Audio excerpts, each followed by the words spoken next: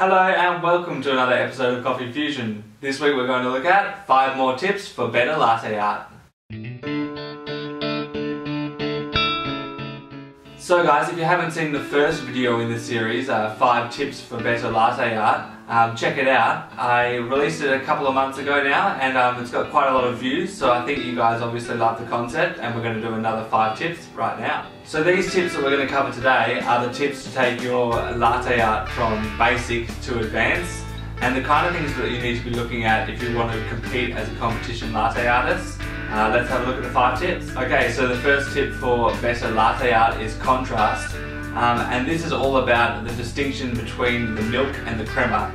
The tulip is the king of contrast, so let's have a look at how to pour a tulip and to make sure that that contrast between the crema and the milk is really, really good.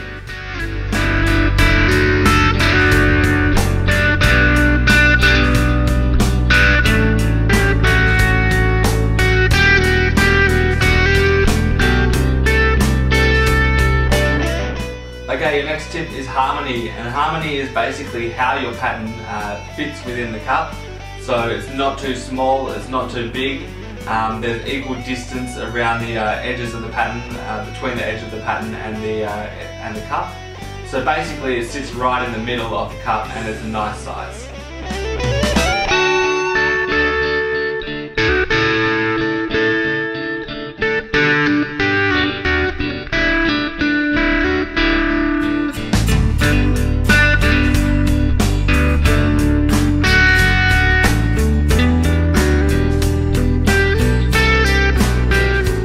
Now the next important tip for improving your latte art is symmetry. Now most of your basic pours like your heart and your tulip and your rosetta all work on the idea of symmetry, but symmetry going up and down, and so your line of symmetry is up and down, not left to right. This pour that I'm going to show you was a pour that I used for the WA latte art comps.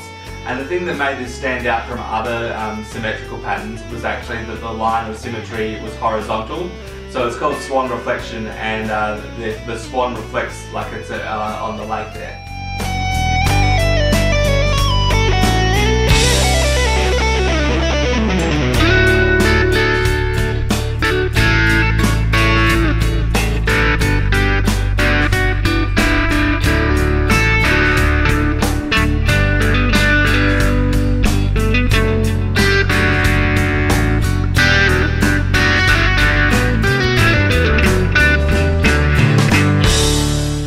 So your next tip for improving your latte art is to pour a pattern with repeatability, and this one again is more aimed at your competition pouring. But when it comes time to comps, you need to not only be able to pour your pattern but be able to pour it consistently and two back to back together. So we're going to use the Chuleta as the example for this one. Again, another one of my comp pours from when I last competed. And with this one, basically how I go about it is I think about the structure of the pattern in my head. So as I'm pouring, I think 1, 2, 3, 4 for the bulbs, and then I push in the rosetta, and then I push up the heart at the end and pull through.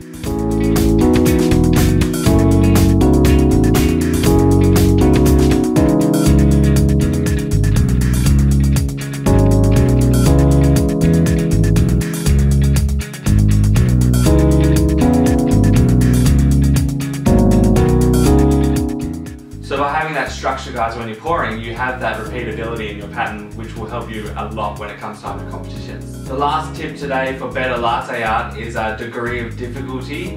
And I think with this one, it's really important. A lot of people try to pour harder and harder patterns, but then they forget about the other tips that I've talked about.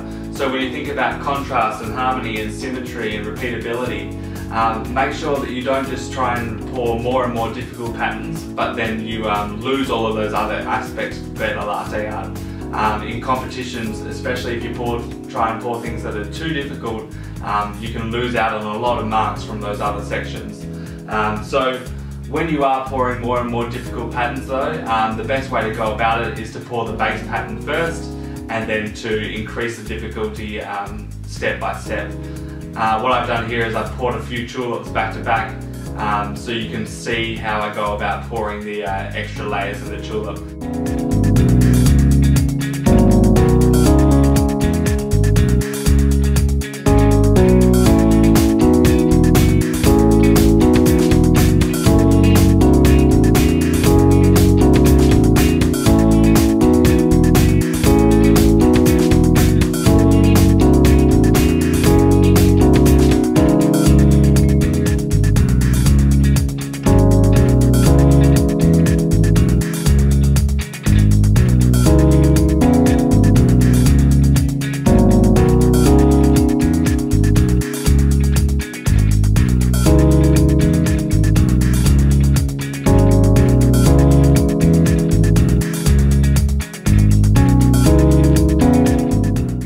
So as I was saying, word of warning, if you check out this pour here, I try to pour too many steps and I end up losing contrast.